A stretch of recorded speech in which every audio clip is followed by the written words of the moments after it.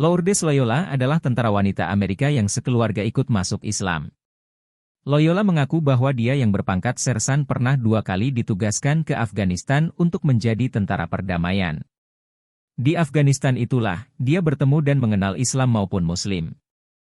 Loyola kemudian menilai mereka merupakan orang yang sangat baik, sehingga membuat perspektifnya terhadap Islam dan Muslim berubah.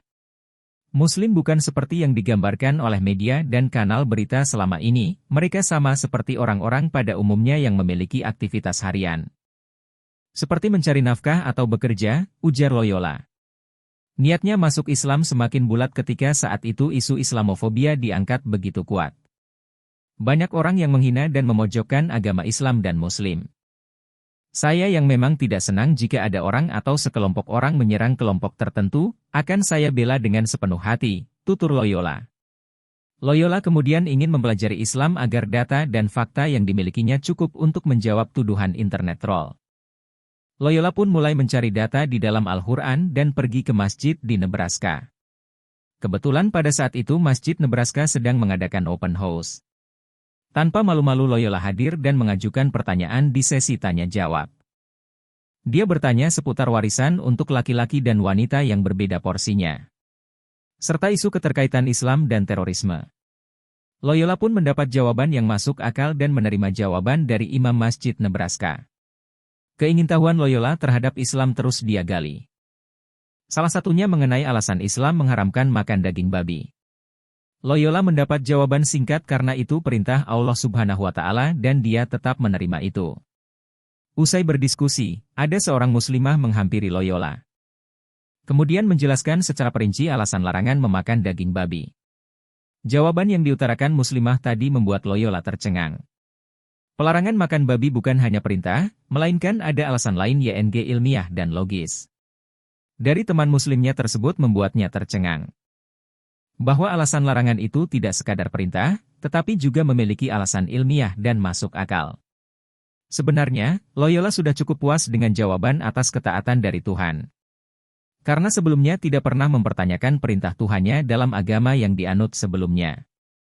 Bahwa dahulu saya adalah seorang yang taat beragama sebelum menjadi muslimah, saya bukanlah seorang gadis yang beribadah karena perintah orang tua, tetapi karena meyakini dengan hati bahwa dia harus menjalankan agama ini, tuturnya. Setelah 4 hingga 5 bulan mempelajari Islam, Loyola melihat agama ini adalah agama yang menyempurnakan agama sebelumnya yang dia anut. Bahwa seluruh ajaran agamanya masuk akal dan dapat diterima. Loyola terus mengulang pertanyaan itu. Dia benar-benar penasaran tentang beberapa hal yang ingin diketahui.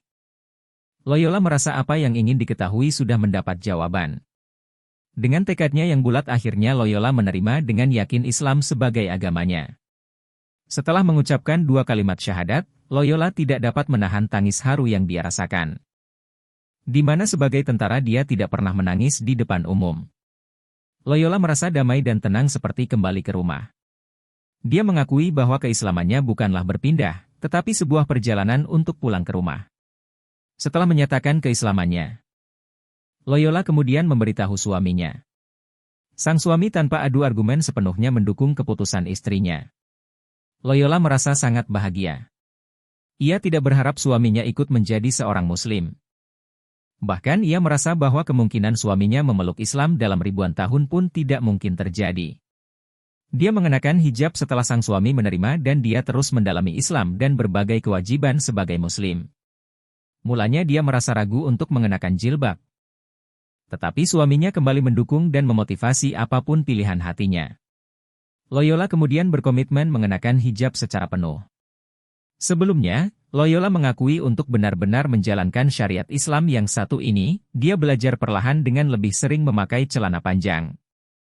Baju lengan panjang kemudian meningkat dengan baju turtleneck yang menutupi leher. Loyola yang juga seorang ibu 3 anak mendapat anugerah yang tidak disangka. Bahwa 4 bulan setelah bersyahadat, sang anak yang saat itu berusia 9 tahun mengikuti jejaknya. Tanpa paksaan. Anak laki-laki pertamanya bersyahadat dan diantar oleh Loyola dan sang suami. Sempat ada pertanyaan bahwa seorang wanita dilarang menikah dengan non-muslim. Sehingga ketika seorang istri menjadi muslim dan suaminya tidak mengikuti maka mereka akan berpisah. Namun, Yang terjadi dengan rumah tangga Loyola berbeda. Loyola memiliki pandangan tersendiri mengenai hal ini. Bagaimana saya bisa mengatakan berpisah jika suami saya sangat mendukung keislaman saya dan anak-anak saya? Karena kemudian anak kedua saya mengikuti jejak kakaknya memeluk Islam, ujar dia. Suaminya bahkan tidak segan untuk mengantar kedua anaknya sholat di masjid khusus tempat laki-laki. Dan menunggu mereka selesai sholat. Rasanya tidak adil jika dia harus memutuskan untuk menceraikan suami yang seperti ini. Dan tak ada teman muslimnya yang menekankan dia harus berpisah dengan suaminya. Bahwa ketika wanita lajang muslimah harus memilih pria yang seiman itu hal yang berbeda. Sehingga bagi dia, masalah ini harus dilihat kasus per kasus. Dan ternyata pilihan Loyola ini pun membuat jalan hidayah untuk sang suami. Pada akhirnya suaminya tiba-tiba meminta Loyola untuk membawa dia bertemu dengan seorang imam agar dapat mengucapkan syahadat. Selanjutnya, Loyola telah diberkahi dengan kelahiran seorang bayi, yang lahir ketika ayah dan ibunya telah menjadi muslim.